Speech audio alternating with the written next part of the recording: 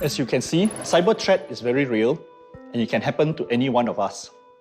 Companies and individuals need to be on alert and protect themselves against these threats. For example, users should use a strong password and a different password for different websites and systems.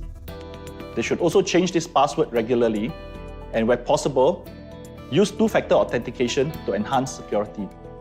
For PC users, you should install a strong antivirus software and update it regularly. Users who are using free Wi-Fi in public places should be careful, as the free Wi-Fi could have been set up by the hackers who are trying to hijack your account and access your information. Businesses should also ensure that their third-party service providers, such as software vendors and payment service providers, place emphasis on cybersecurity. If the vendors' systems are compromised, your businesses will also be placed at risk.